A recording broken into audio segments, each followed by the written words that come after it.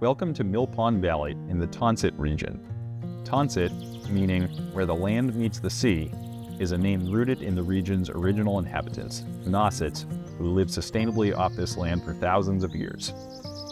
Cleared for agriculture by early settlers in the 17th and 18th centuries, the landscape still holds echoes of the past, wild fruit trees and old cranberry bogs.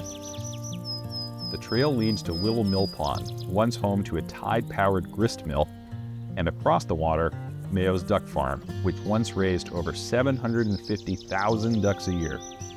Thanks to conservation efforts begun in 1975 by OCT founding trustee Oren Tavrav and his family, this land is now protected as the Mill Pond Valley Conservation Area. There are several parking spaces available at the beginning of Mill Pond Road. You can also park at the end of the road at the Mill Pond Town Landing, though during summer you must have an Orleans resident parking sticker.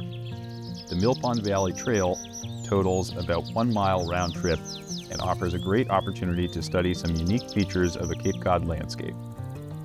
You can observe the battle between native and invasive vegetation, increasingly higher tides due to sea level rise, and a mix of fresh and saltwater features that serve as important wildlife habitat.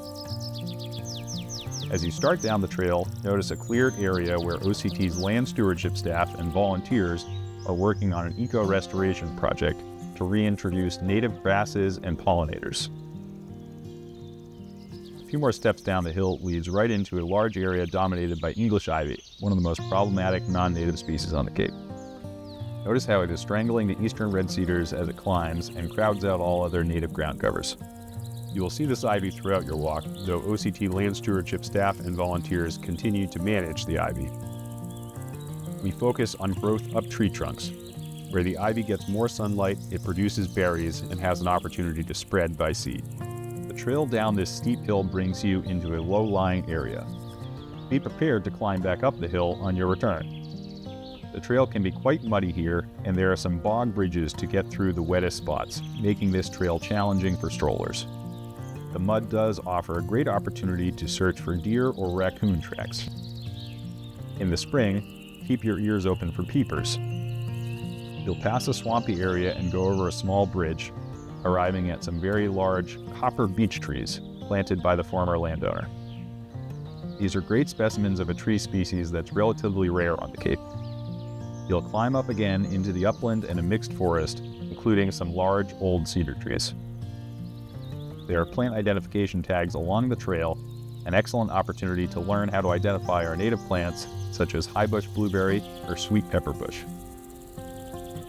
Note at various spots along the trail you'll cross over the remnants of old stone walls, a staple of New England landscapes. Much of Cape Cod was once sheep pasture. As you start around the loop, look straight ahead to catch your first glimpse of Little Mill Pond, a salt pond surrounded by marsh. Going down the steep hill, you'll continue to see many natives such as holly bushes and more cedar trees. A trail along the edge of the salt pond is a lovely extension walk, but inaccessible at high tide. When first created, the trail rarely flooded, but in recent years the tides have risen due to sea level rise. A footpath continuing along the marsh leaves OCT property and continues to the nearby town landing. On the OCT property, you can head back up the hill to the main trail and continue around the loop on your return.